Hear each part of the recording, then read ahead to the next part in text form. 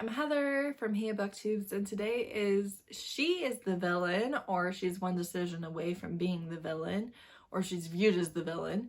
And I really got this idea from this author. I forget her name, but her debut release is coming out in 2023, and I believe plays heavily into these tropes. She made a TikTok, which I will perhaps try and link. I don't know if I can find it, but I will try. And I was like, oh, great idea. And that's where this video idea came from. So the first one is The Risk, which is Mindf #1 by S.T. Abby. This is a female serial killer. It's a very popular series.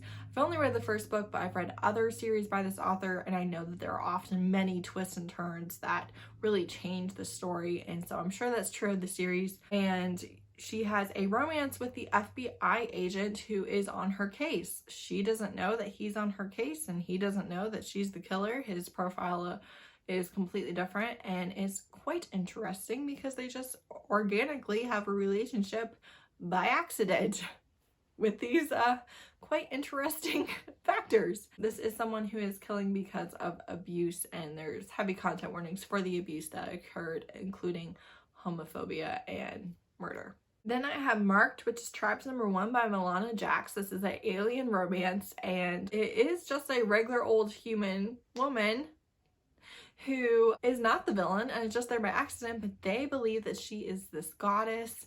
And they also there's so many like miscommunications that really she's like the mate of the head of the tribe, but also they think that she's kind of evil and are hoping that she doesn't kill them all, and it's just hilarious. The miscommunications in this just entertain me to no end. So if you want someone who is unintentionally the villain of the story, it was really good. Then I have The Shadows Between Us by Tricia Levenseller. This is a young adult fantasy book, but you have a main character who has killed a few people and is intending to marry the Shadow King and kill him and take his kingdom for herself. He is also not a good person, and they are not good together. And you're just like, yes, villains live happily ever after. If you have more recommendations like this, let me know, because I am all about it. Then I have Sinful Vow, which is Mafia Misfits #1 by Monique. This is a Mafia romance, and while she's not necessarily the villain, she's kind of the villain. She is a lethal badass in the couple. Like, she's the one who is more impressive, and he's very impressive. Don't get me wrong. He's very competent at killing people, but she is more so, and she is kind of the secret identity, the assassin who we often see in the male love interest, but it's her, and she's very good at her job. Then we have The Client, which is Professionals #8 by Jessica Gadziala. Here we have a billionaire who is getting taken in by a con artist. She's not a con artist in that she is taking his money.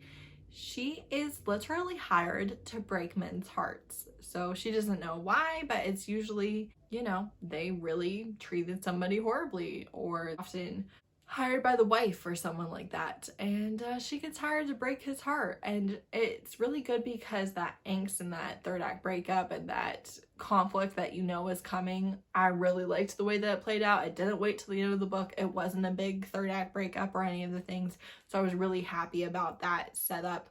But it is quite interesting because she's definitely the bad guy. Then I have Fixed on You, which is Fixed #1 by Laurelin Paige. This is a dark romance. Again, a very rich hero, but she is a stalker.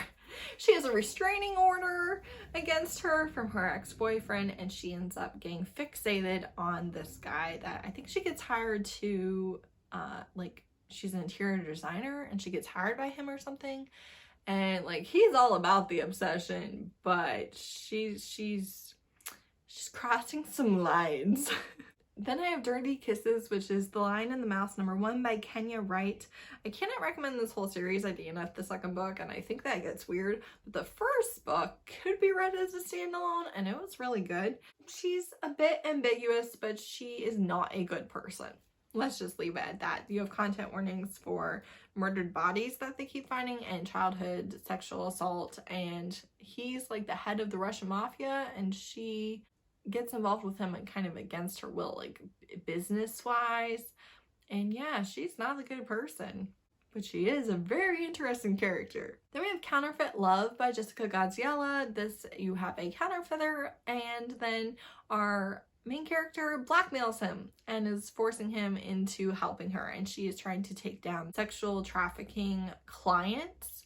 And so, you know, bad things for good reasons, but she's the grumpy, prickly, you're going to help me with this, like, just the role that is often the male love interest. That is our female main character, and she does it so well, and he's just very happy-go-lucky and like knows when to make her smile and when to let her think, and she rescues him and just all sorts of things. So she's the evil mastermind, and he's along for the ride and to help bury the bodies if she needs them. Then I have Soulless, which is Parasol Protectorate #1 by Gail Carringer. She is the thing that everyone fears. So she is, I forget what she is actually, but basically she neutralizes their paranormal abilities. So when she's touching you, you're mortal, you can be killed. Also, you're aging and all the things. So she's scary to the paranormals, and she has a love interest who is a werewolf, and I love them. This is like steampunk, Victorian, murder mystery, paranormal romance, and then the vampire is like the gay best friend, and so I really liked that it was not a love triangle between the vampire and the werewolf. I love them. He's so grumpy, but she's the thing that everyone is afraid of, and she's kind of hiding that fact. Then we have Iron Widow by Jiren J. Zhao. If this is something that you really like the villain, this is the perfect one. They're all villains. Like, they are going to take over the world and kill everyone who gets in their way. You have a main character who is disabled because of foot biting. This is in historic China, but with a sci-fi twist. So you have mechs and you have aliens and you have these things that they're battling. And the female pilots are sacrificed to the mechs, and she wants to put an end to the system and is not afraid to be the bad guy, and her love interests are not afraid to be the bad guy, and yay for the villains. Then I have Magic Bites, which is Kate Daniels #1 by Ilona Andrews. This is one where a lot of people view her as the villain, and it's just her own sense of rightness that keeps her from doing that. And sometimes she slips on that edge, right? And it's a very interesting theme throughout the entire series. Cannot recommend enough. I love Kate Daniels. I love it. You should read it. You have a mercenary who's trying to fly under the radar and falls in love with the Beast Lord. Mistakes were made. It's so good. She's definitely viewed as the bad guy by a lot of people, and I just love her. Also, it is a spinoff of Kate Daniels, but Iron Magic is two villains having a marriage of convenience. It's a little bit darker than a lot of Ilona Andrews books, and while we don't yet have the second book in the series announced, and it's been years, it's fine. It's so good. It's so good. Hate effing.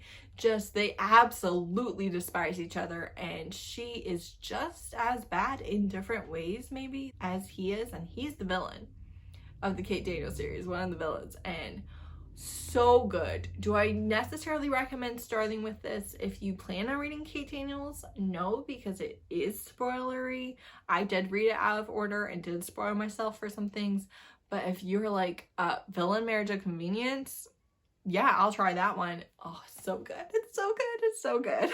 Then you have The Cruel Prince by Holly Black. This is a YA fantasy, and you have a human living in the Fae world, and she decides to become the biggest monster of them all because she wants the power to protect herself. She's the bad guy. I love her. I love this series. All of the Fae are terrible too, so like, you want her to kill people. Then I have To Kill a Kingdom by Alexandra, what is that? Christo, maybe? This is like a Little Mermaid type retelling, but she's a siren, I think, maybe. But her job is to kill the prince and take his heart. She's the killer. She's killed quite a few princes, and you know, she has to do this one too. And it was so good. I loved it. Then lastly, I'm the Queen of Italia, which is Queen's Thief #2 by Megan Whelan Turner. You do have to read this series in order. It is YA, so it's not explicit. But read the first book to get to this book. It's so good. You want to talk about hate. You want to talk about villain. You want to talk about how the bad guy, the girl that we hate, the queen that we hate, is the main character. Oh my god. You're not ready. You're not ready. Oh wow, it's so good. Oh, it's so good. You do need to read book 1 first, but believe you me, if you want hate to love an evil queen who might win you over, but also you hate, but also you love, but it's so fascinating. Perfection. Perfection. Read it. I just need more of you people to listen to me. If you would listen to me about, you know, Kate Daniels and the Queen's Thief, maybe I wouldn't have to bring it up so often, but not enough of you are picking it up. Dang, earring, really? So, you know, that's it. Read those books, please, and thank you. And, you know, this earring just, oh, I think I got it right that time. Now that it's over. Thanks so much for watching. Bye.